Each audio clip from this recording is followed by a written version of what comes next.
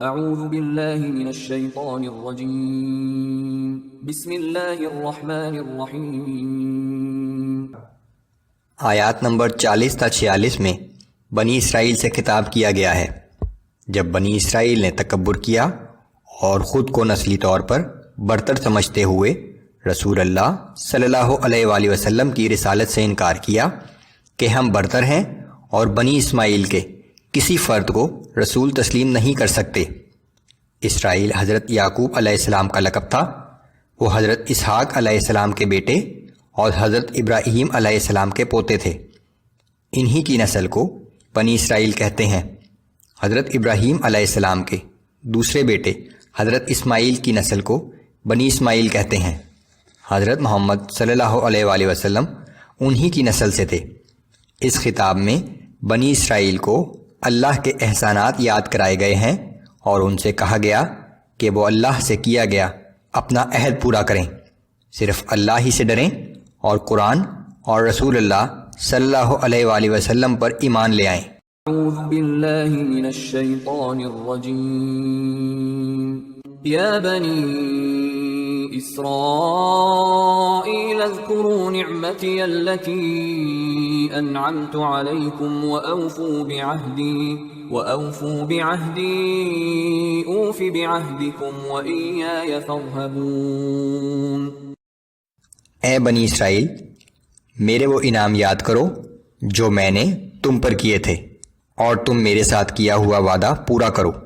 میں تمہارے ساتھ کیا ہوا عہد پورا کروں گا، اور صرف مجھی سے ڈرتے رہو۔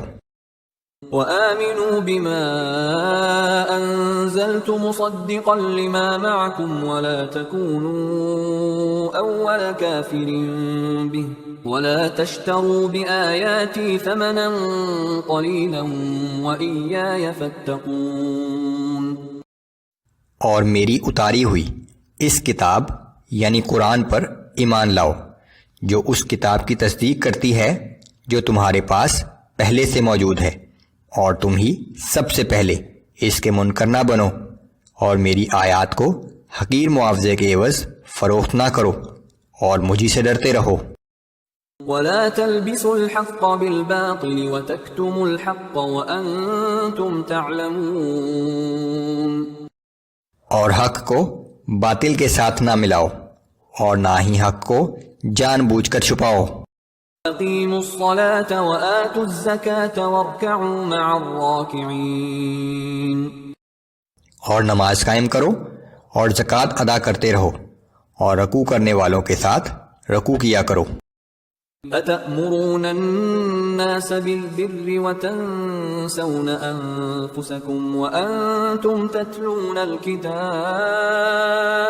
افلا تعقلون۔ کیا تم دوسروں کو نیکی کا حکم دیتے ہو اور اپنے آپ کو بھول جاتے ہو، حالانکہ تم کتاب یعنی تورات پڑھتے ہو؟ تو تم عقل سے کام کیوں نہیں لیتے؟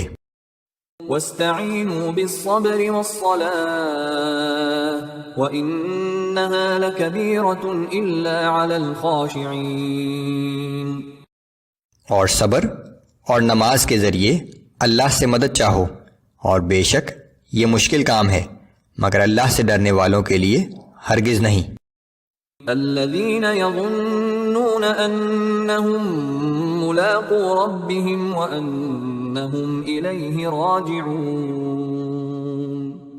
یہ اللہ سے ڈرنے والے لوگ اس بات پر یقین رکھتے ہیں کہ آخر ایک دن انہیں اپنے رب کے حضور پیش ہونا ہے، اور یہ بھی یقین رکھتے ہیں کہ آخر کار ان کو اسی کی طرف واپس لوٹ کر جانا ہے۔